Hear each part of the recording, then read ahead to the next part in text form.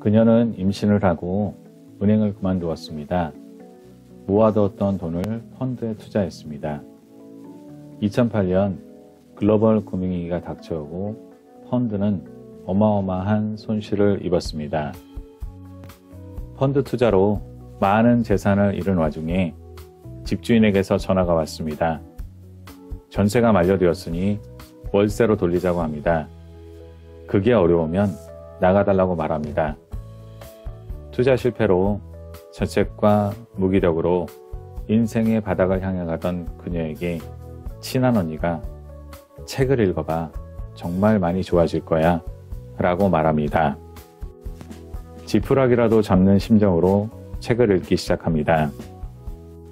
책을 읽어서 삶을 변화시키겠다고 결심한 그녀는 바쁜 육아를 하며 책을 읽습니다. 아이가 낮잠을 잘 때 책을 읽고 저녁에 아이를 재우고 틈을 만들어 책을 읽습니다. 오늘 함께 이야기할 책 아들 셋 엄마의 돈 되는 독서의 저자 김유라님의 이야기입니다. 아이 셋이 아닌 아들 셋을 키우는 엄마는 정말 대단한 엄마라는 생각이 듭니다.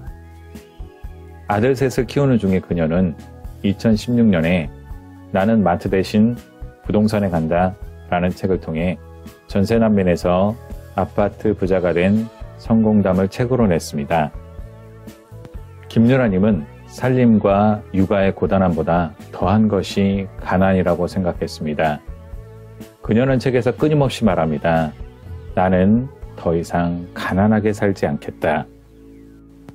돈도 없고 시간도 없고 아는 것도 없고 아들만 셋이었던 그녀는 책을 빌려 누가 돈을 버는지 어떻게 버는지 왜 버는지를 공부했습니다. 저자는 나는 책을 읽으며 나를 벌었고 인생을 벌었다 라고 말합니다. 그녀는 책을 읽기 전에 무슨 꿈을 이루고 싶은지 생각하라고 조언합니다. 자, 그럼 그녀의 북테크 책 읽기에 대해 살펴보겠습니다. 첫째, 책을 읽고 일책 일문장으로 요약하고 행동에 옮기려고 노력해야 합니다. 책을 읽을 때 과욕은 금물입니다. 책의 내용을 다 이해하고 내 것으로 만들려고 하다 보면 지치고 실망하기 쉽습니다. 책을 읽고 나서 실천할 수 있는 한 문장으로 요약하고 그것만은 실행하려고 애씁니다. 어떤 책이든 배울 점 한 가지는 있습니다. 둘째, 책을 읽고 블로그나 노트에 서평을 씁니다. 책의 마지막 장을 덮고 나면 무슨 내용이었는지 기억이 나지 않을 때가 있습니다.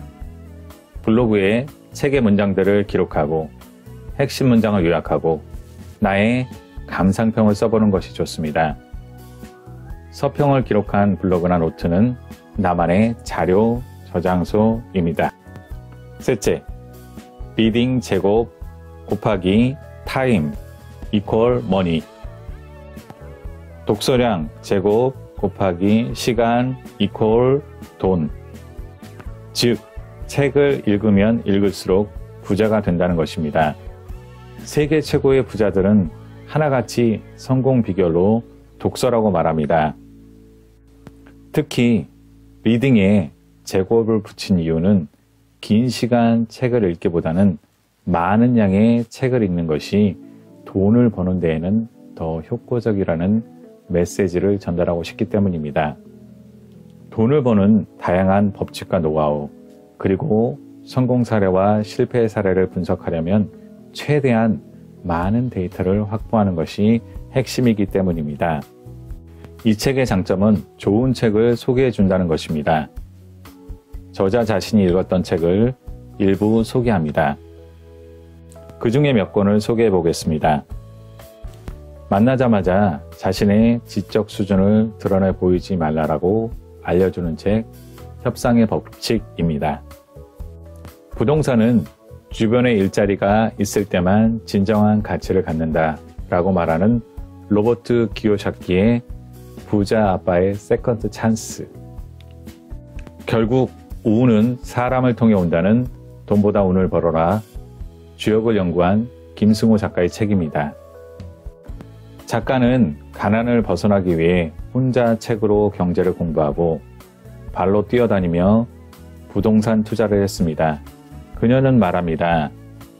좋은 교육을 받지 못했기에 책에 몰입할 수 있었다고. 믿고 따를 길잡이가 없어서 눈코 뜰 새 없는 시간을 쪼개가며 책을 읽었다고 말합니다.